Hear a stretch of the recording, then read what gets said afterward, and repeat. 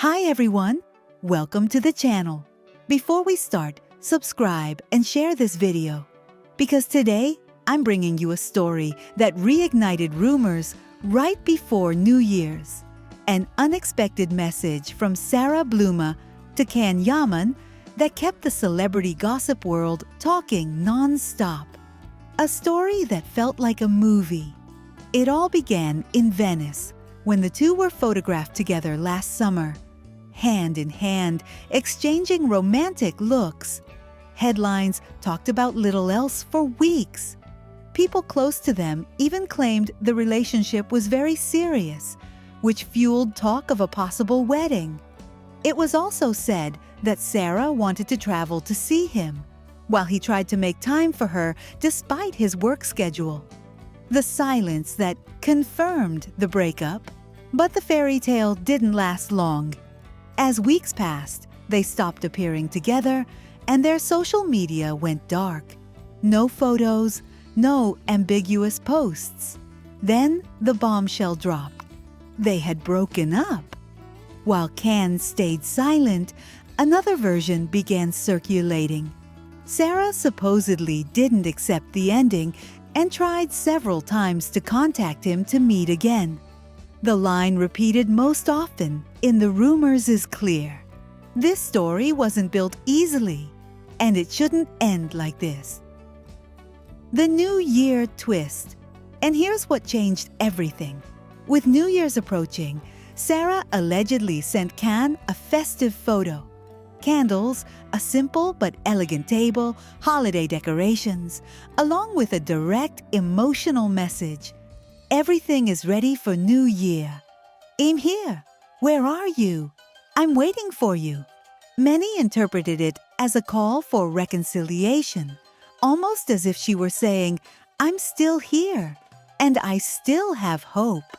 Why did they really split? Publicly, people talked about distance and impossible schedules. But rumors point to something deeper, different life plans. Sarah supposedly wanted a clearer, more stable relationship, while Can was going through a crucial stage in his career, with projects and commitments that left no room to build something solid. That difference allegedly raised an invisible but enormous wall between them. The wait and the final reply.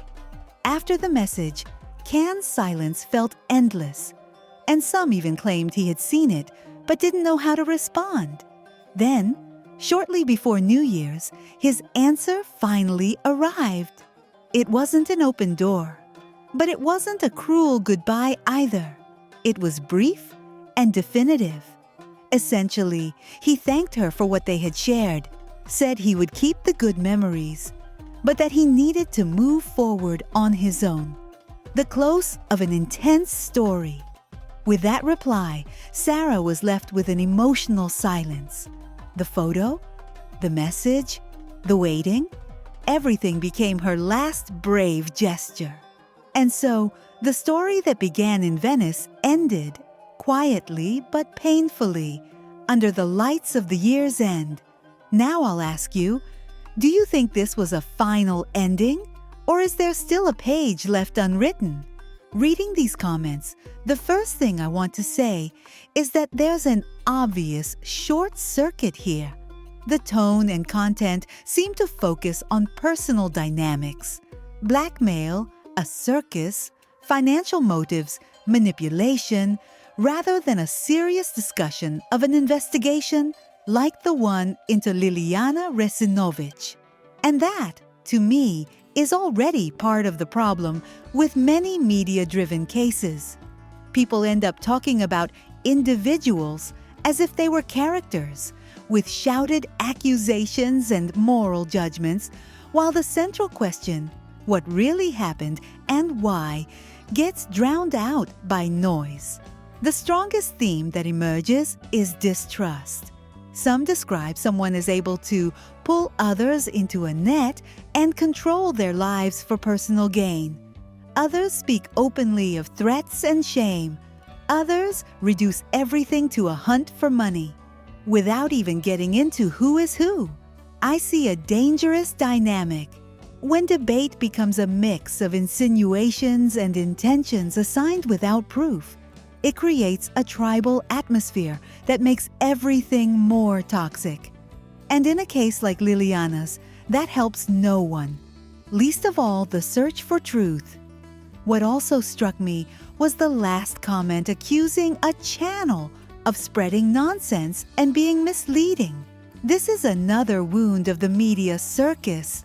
People consume information in fragments, get fired up, comment, become convinced, and then perhaps discover that part of what they heard was distorted, partial, or even invented. With the Razinovich case, the risk is exactly this. Between emotional reconstructions, polarizing figures, and narratives built to hook attention, rigor gets lost. And without rigor, only self-feeding suspicion remains. In the end, my view is that the Liliana Razinovich case deserves the exact opposite of what I often see in online comments. Less spectacle, fewer trials of intention, fewer calls for disappearance as social punishment. I'd like more focus on facts, on verification, on real, documented contradictions, and above all, on the victim's dignity. Because when a case turns into an arena of hate and generic accusations, the investigation doesn't become clearer. It becomes more confused. And once again, the price is paid by the truth.